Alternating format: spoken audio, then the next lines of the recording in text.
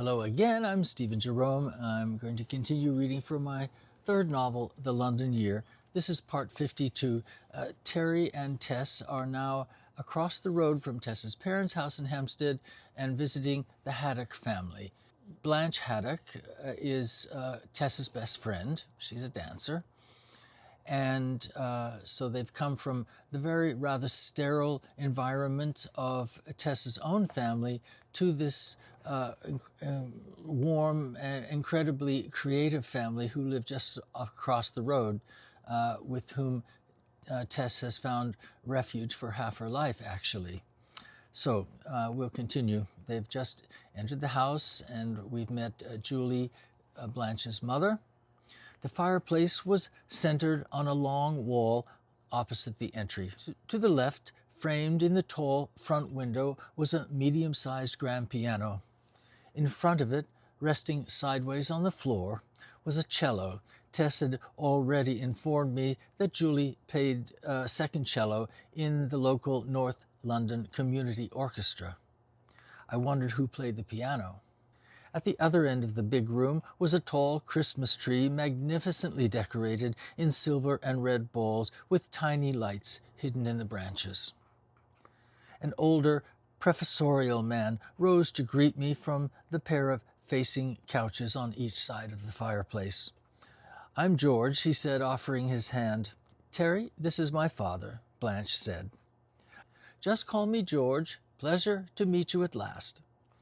I knew his story, too. Mr. Haddock was a professor at the London School of Economics, a noted scholar with several books on economic history to his credit. He and Julie were long divorced, but he lived nearby and was part of the family for all significant occasions. He had a rumpled, Beat Generation air about him. Both he and Julie would have caught the 60s in their 40s, but no doubt kept apace. Then Blanche turned to the other seating area near the Christmas tree. "Come on, guys, come and meet Terry," she said. There were two women and a young man whom I hadn't seen when I first glanced around the room. They were all quietly reading at a small table in the corner furthest to my right. Jo, for Josephine, stood up as we approached. This was Blanche's older sister, the actress I'd heard about. She was 30, tall, finely boned, with clear, bright eyes, who co-starred in a popular television drama I'd never seen. She was holding a script, presumably learning her lines. Then Blanche's brother Timothy stood to shake hands, and if I thought I was starting to feel comfortable amongst this interesting family, I was suddenly put entirely off balance. I already knew Timothy was a year older than me, down from Oxford for the holidays, but no one had said anything about how handsome he was, how adorable. He had a smaller, utterly huggable frame, crowned by a tussle of sandy blonde hair. Both cheeks had ruddy smudges, a particularly appealing aspect, and he was beautifully spoken with a low tenor tone. Even more than looks, however, Timothy radiated a gracious charm, which is another word for magic. He had a quiet glow to which I'm sure everyone responded. My guess was his actress sister emanated the similar kind of charisma when she was working, but Timothy's was happening here and now, and rather than stare, I had to look away.